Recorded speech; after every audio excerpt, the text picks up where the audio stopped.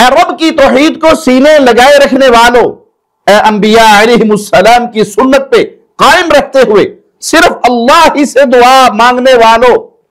اے قبروں کی پوجا سے بچ کر اپنی جبی کو، اپنے ماتھے کو خالص اللہ مالک کے لیے جھکانے والوں، کبھی کوئی دھوکے اور فریب میں مبتلا ایسے بازیگروں کے کرتب سے متاثر ہو کر تمہارے سامنے آئے بات کرے تو انہیں بڑی محبت سے، بڑے پیار سے یہ حقیقت سمجھانا، کتاب و سنت، قرآن اور حدیث توحید کا پیغام دیتا ہے۔ یہ ڈھکوسلے ہیں، یہ اٹکل پچو ہیں جو یہ قبر پرست مارتے ہیں، اپنی بد عقیدگی کو کسی جیسے ڈوبتے ہوئے کو تنکے کا سہارا کہیں سے کوئی دلیل لے کر اپنے نام اعمال میں ڈال کر اس کی بنیاد پر اس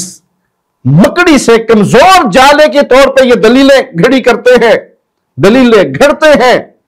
جس کو اگر کتاب و سنت کی چھلنی میں چھانا جائے تو ان کے پلے میں کچھ نہیں رہتا۔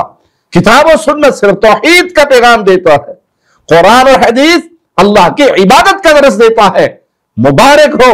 جن کی جبینیں صرف اللہ کے سامنے جھکتی ہیں، اور اللہ ہدایت دے ان کو جن کی جبینیں ہر قبر پہ، شجر پہ، حجر پہ، جھنڈوں پہ، پیروں کے قدموں میں کبھی کسی ڈھیری پر، کبھی کسی ڈھیری پر گرتے ہیں۔ اللہ اسی ذلت سے اہل ایمان کو، اہل اسلام کو، مسلمانوں کو، کلمہ پڑھنے والوں کو محفوظ رکھے اور اپنی خالص بندگی کی توفیق عطا فرمائے۔ اقول قولی ھذا واستغفر اللہ لی ولکم ولسائر المسلمین۔